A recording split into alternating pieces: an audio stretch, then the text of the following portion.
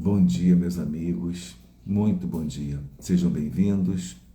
Hoje é dia 23 de maio de 2025. Estamos aí iniciando a nossa conversa fraterna, encerrando essa semana, penúltima semana do mês de maio. Estamos caminhando. Bom dia, Rosa querida. Estou dizendo aqui que hoje é dia 23, sexta-feira, último dia da semana. Penúltima semana do mês de maio, estamos caminhando, né? A vida está seguindo. E eu desejo a todos um ótimo dia e nós vamos hoje fazer a leitura do livro, dando continuidade, sequência ao livro Palavras de Vida Eterna. Nós vamos ler o capítulo 82. Estou olhando aqui, e esse capítulo ele tem como título Tua Obra. A mensagem é de Paulo aos Gálatas, capítulo 6, versículo 4. Olha que interessante. Mas prove cada um a sua própria obra e terá glória só em si mesmo e não no outro.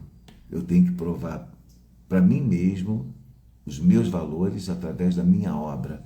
E essa é a minha vitória. Olha que interessante. Não importa o outro, os de fora. Palavras de Paulo aos Gálatas, capítulo 6, versículo 4. Mensagem de Emmanuel. Ainda mesmo que te sintas em lugar impróprio as tuas aptidões, e mesmo que as tuas atividades pareçam sem qualquer importância, lembra-te de que a lei do Senhor te coloca presentemente na condição em que podes produzir melhor e aprender com mais segurança. Seu José Reginaldo, Dona Conceição, bom dia. Tens assim a tua obra particular e intransferível na execução do plano universal de Deus.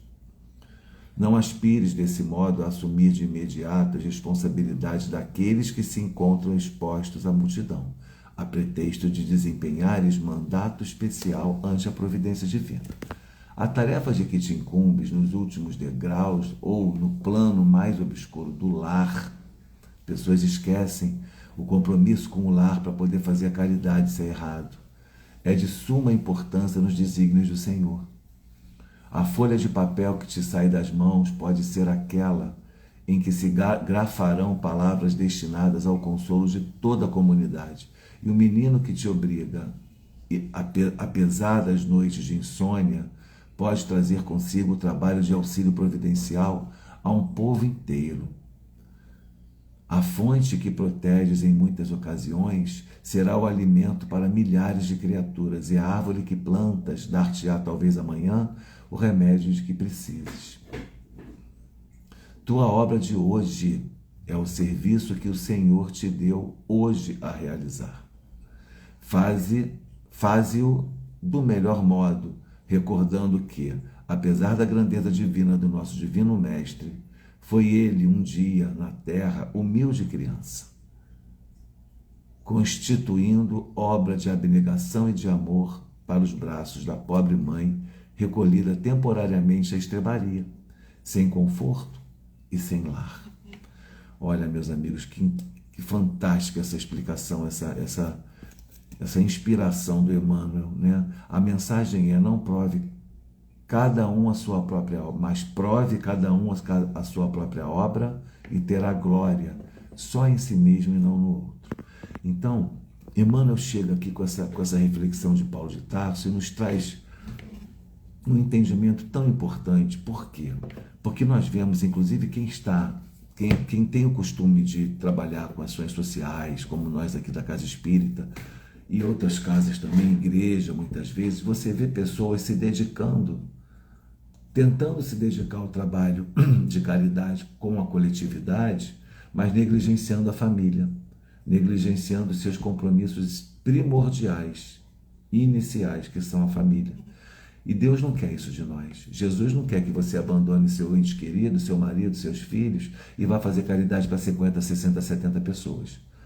Você precisa ter isso na sua mente. Primeiro eu preciso organizar o que me foi dado como tarefa primordial. Depois, quando isso estiver organizado, eu tenho que seguir adiante. Então, o que ele está dizendo aqui é o seguinte: o que nós agora no judiciário falamos muito sobre o trabalho invisível. Está havendo uma discussão muito aprofundada no Poder Judiciário a respeito do trabalho invisível, que é o trabalho da mãe. A mãe que amamenta, a mãe que cuida, a mãe que faz inúmeras tarefas na vida para criar um filho, muito mais do que o marido, agora isso está até mudando, e não é reconhecida pelo mundo lá fora.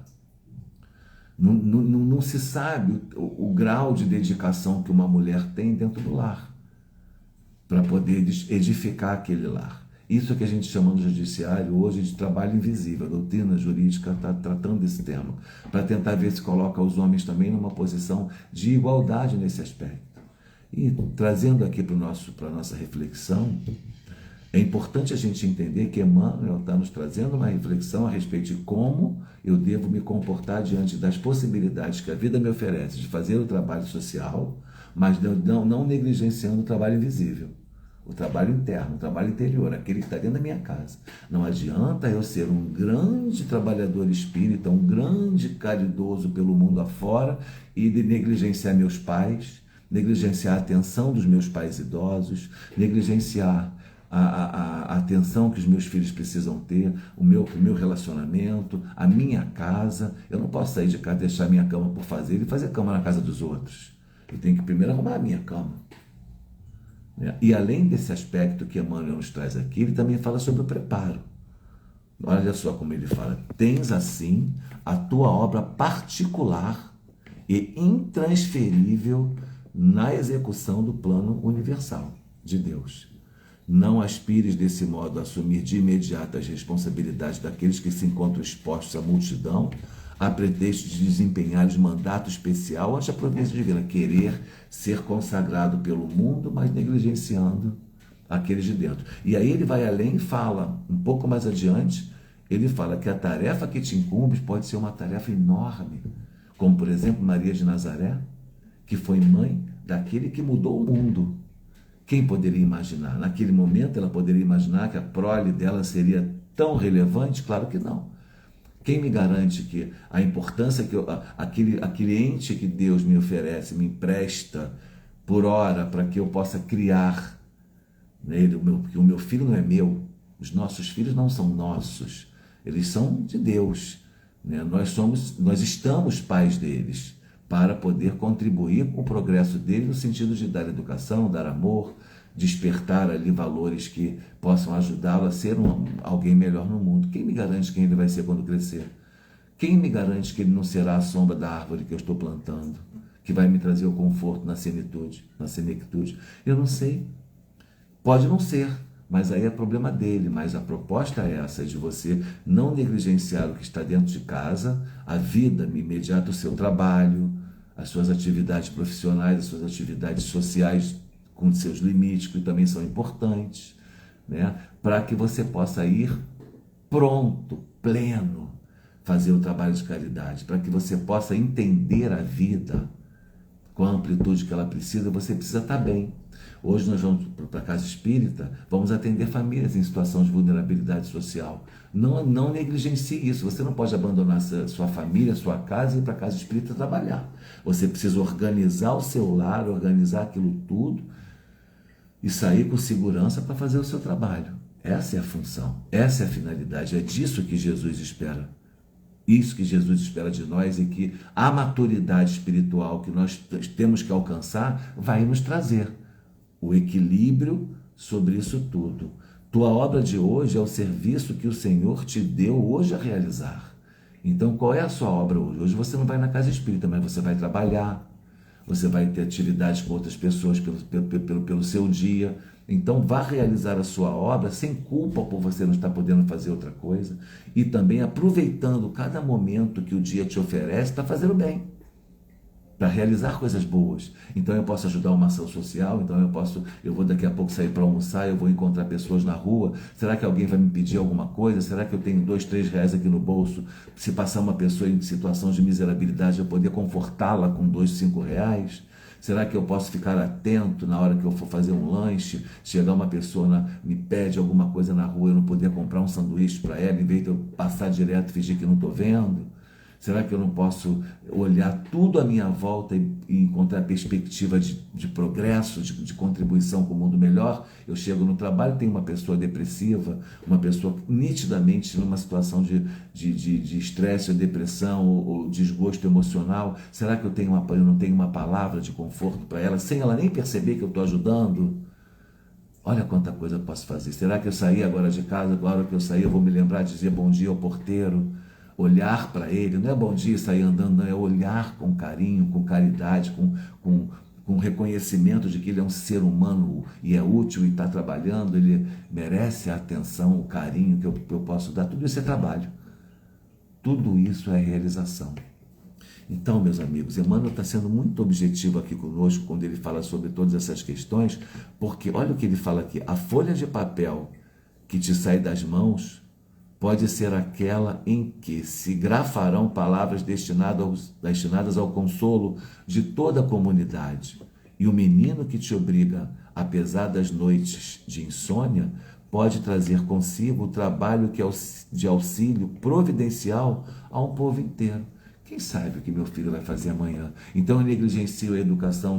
Deus me deu uma missão importantíssima de criar uma pessoa, de cuidar, de proteger um filho, que vai ser amanhã alguém que vai poder criar um impacto maior no mundo, e eu negligenciando isso por causa do meu orgulho, da minha vaidade, porque eu quero ir para a rua, eu quero trabalhar, sobrecarregar o meu trabalho, porque eu quero ser o melhor na minha empresa, eu quero ser o mais reconhecido em todas as atividades que eu faço. Eu negligencio a criação do meu filho, ou terceirizo essa atividade, né? E depois o que eu recebo? Depois, será que cumpri minha missão? Como é que você quer que eu seja uma CEO e seja também mãe? Não sei. Não sei como é que você vai ser CEO e vai ser mãe. Só sei, ou pai. Só sei que você não deve negligenciar nenhuma coisa nem outra. E você deve sopesar qual é a prioridade na sua vida e conseguir atingir o benefício de cada uma delas. Então, se você tem um filho para criar, creio eu que isso seja a sua missão primordial. Mas aí eu tenho que trabalhar. Então, você tem que criar uma rede de apoio que possa justificar a sua saída sem negligenciar, inclusive emocionalmente, aquela criança que precisa estar com você. Então, não tivesse filho.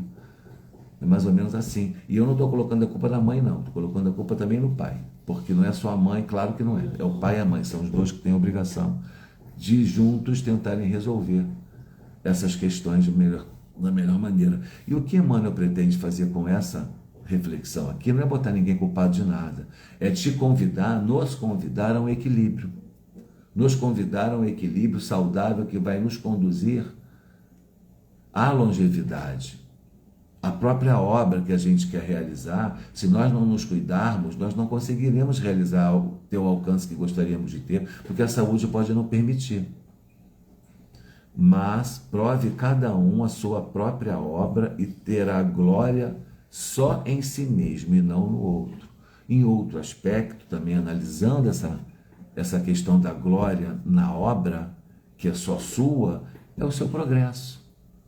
Tudo que a gente progride, todo esse momento que a gente está vendo aqui agora de reflexão, é guardado para nós mesmos.